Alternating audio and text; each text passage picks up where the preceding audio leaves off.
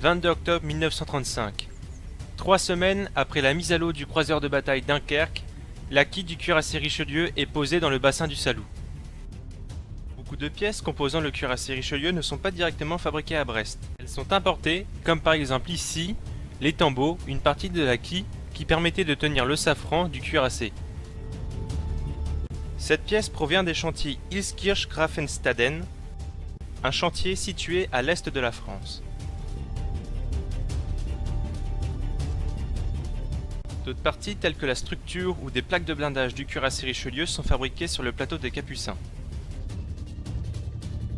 Toutes les photographies représentées ne sont pas de la même époque. Nous pouvons néanmoins imaginer la manière dont travaillaient les ouvriers.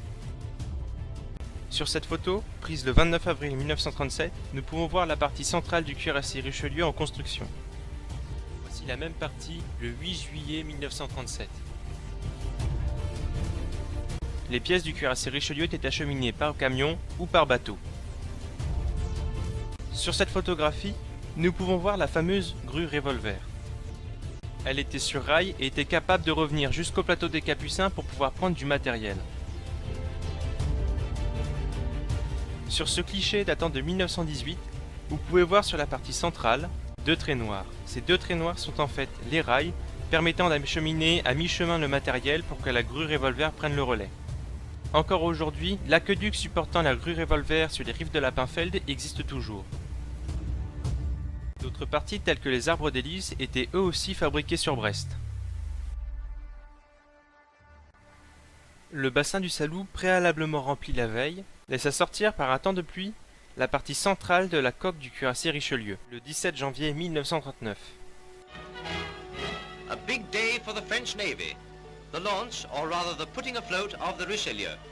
She is the first of 4 35,000-ton battleships to be built as an answer to Italy's construction of 2 vessels of similar size.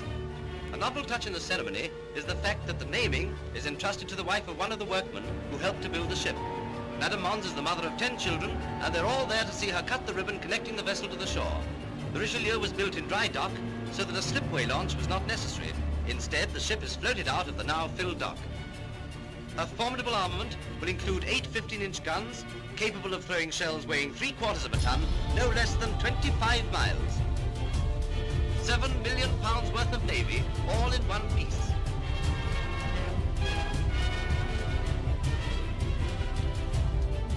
C'est ensuite au tour des pièces d'artillerie d'être usinées.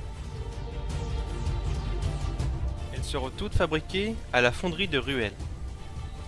Nous pouvons les voir ici en construction.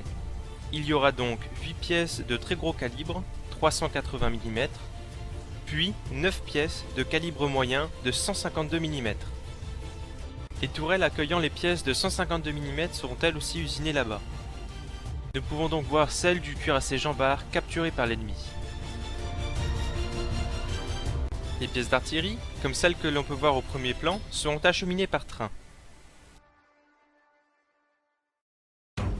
Certaines parties de ces voies ferroviaires tiennent encore debout, comme par exemple ce tunnel souterrain.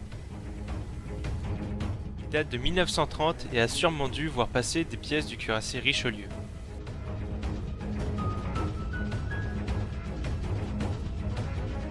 Les ogives, douilles et amorces de obus étaient fabriqués eux aussi à Ruel. Voici l'évolution de la construction des obus de 380 mm destinés au Richelieu et au Jean Bart. Après sa mise à l'eau, le cuirassé Richelieu va aller au port de commerce pour terminer sa construction. On peut d'ailleurs voir l'installation d'un canon de 380 mm à l'intérieur d'une tourelle quadruple. Après l'installation des dernières pièces, de rapides essais en mer furent effectués. Mais quelle était la particularité de ce cuirassé face à ses prédécesseurs? Il en avait 2 principales. La première et la plus importante était sa capacité à recharger ses canons en position de tir. Cette vidéo date de 1938 et a été prise à bord du cuirassé Provence. Nous allons voir le mode de rechargement des canons principaux, dit traditionnel. Des sacs de poudre appelés gargousses et des obus sont acheminés par rail jusqu'à un ascenseur. Elles sont ensuite montées de la soute de munitions à la tourelle via un système de monte-charge. La culasse des canons principaux se déverrouille. L'obus, en métal, est chargé en premier. Après que l'obus était chargé à l'intérieur de la chambre, les gargousses que nous allons voir tomber une à une vont être chargées de la même manière que l'obus. Une fois le tout chargé, l'ascenseur redescend, la culasse se reverrouille et le canon se met en position de tir. Comme vous avez pu le constater, ces étapes de rechargement prennent énormément de temps. Il faut ensuite calculer la position de l'ennemi, réorienter les canons, et tout cela dans des délais les plus brefs possibles. Les personnes situées à l'intérieur des appareils de télémétrie vont ensuite calculer la position que les canons doivent adopter pour pouvoir toucher leur cible. Les informations sont ensuite relayées au poste de la conduite de tir. Ils effectueront quelques petits réajustements pour avoir plus de chances de toucher leur cible. Une fois ce travail effectué, les canons sont bien orientés et peuvent enfin tirer. Les canons quittent ensuite la position de tir pour se remettre dans l'axe permettant le rechargement des pièces. Malheureusement, la plupart des salves n'atteignent pas leur cible. Il faut recommencer encore et encore l'opération jusqu'à ce que l'ennemi soit neutralisé. Le cuirassé Richelieu, lui, avait un tout nouveau système. Comme dans la vidéo précédente, le cuirassé Richelieu achemine les gargousses et les obus via un système d'ascenseur. Et la différence majeure fait que le cuirassé Richelieu peut recharger ses canons en position de tir. Comme peut vous le montrer ce plan, lorsque le monte-charge arrive au niveau des canons, il y a une légère courbe. Celle-ci permettait d'orienter le monte-charge. Lorsque le canon serait levé ou baissé, le monte-charge n'a qu'à se mettre en face du canon car le rail le mettra automatiquement face au trou.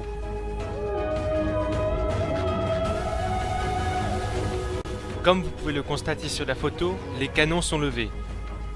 Il n'a pas besoin de les baisser pour pouvoir recharger. Cela évite une perte de temps et un tir rapide.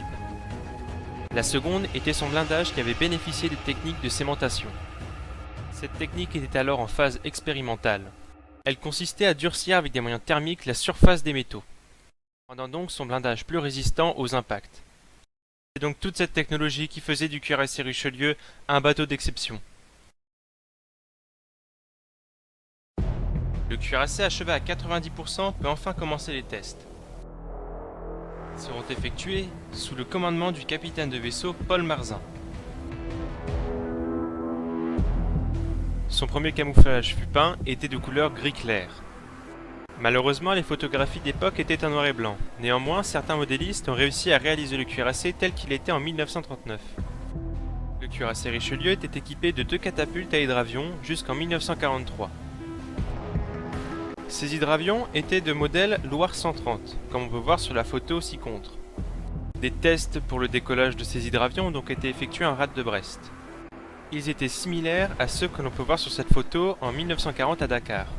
Le cuirassé Richelieu subit aussi des tests de stabilité.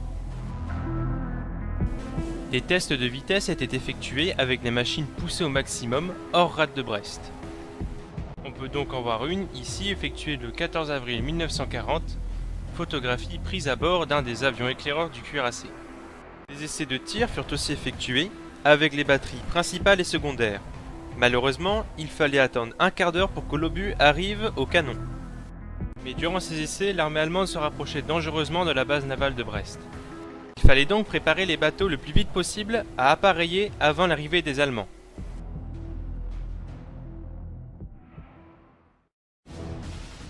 Le 18 juin 1940. Depuis quelques jours, le port de Brest est bombardé par l'aviation allemande. C'est aussi ce jour où le cuirassé Richelieu appareilla de la rade de Brest. En effet, la Luftwaffe avait reçu pour ordre d'éliminer toute résistance ou menace à l'armée allemande. Ils bombardèrent donc tous les bateaux tentant de rallier Dakar ou les ports de Londres, les défenses terrestres ralentissant l'armée, et les canons étant une menace pour l'aviation allemande. Mais la cible principale de ces raids restait le cuirassé Richelieu. En effet, leur objectif était non pas de détruire le bateau, mais de créer une avarie pas trop importante pour pouvoir réparer le cuirassé et le réutiliser par la suite. C'est donc quelques bombardiers qui décidèrent d'attaquer le cuirassé Richelieu. Malheureusement pour eux, le cuirassé Richelieu avait des défenses antiaériennes très importantes. Les aviateurs, ayant pris conscience du danger, ont préféré abandonner la mission et arrêter de poursuivre le bateau. Le cuirassé Richelieu, lui, continuera sa fuite vers Dakar en attendant les prochains ordres.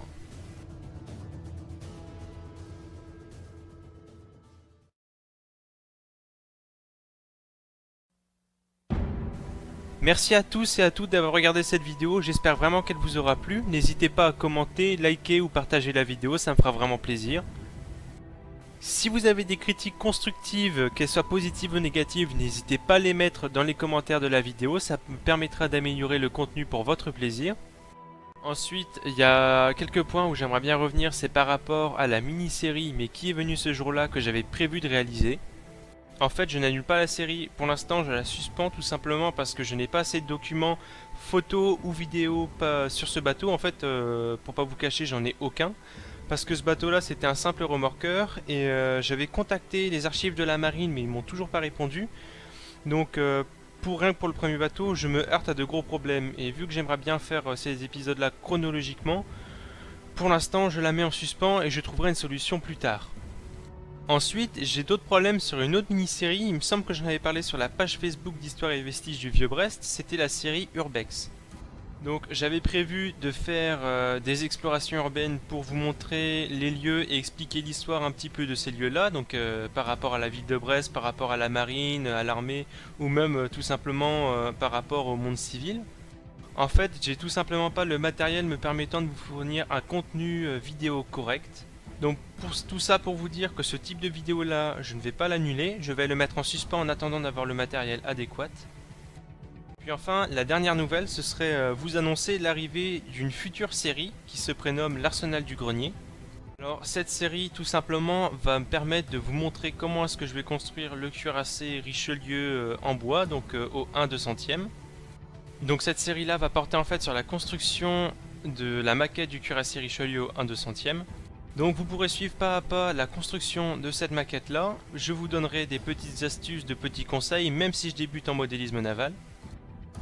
Enfin bon, je vous ai dit tout ça pour vous montrer un petit peu l'évolution de la chaîne, des projets que je vais réaliser et tout ça, en espérant déjà que cette seconde partie de la vidéo du cuirassé Richelieu vous ait plu. Encore une fois, n'hésitez pas à commenter, liker, partager, et moi je vous dis à la prochaine, portez-vous bien, Kenavo!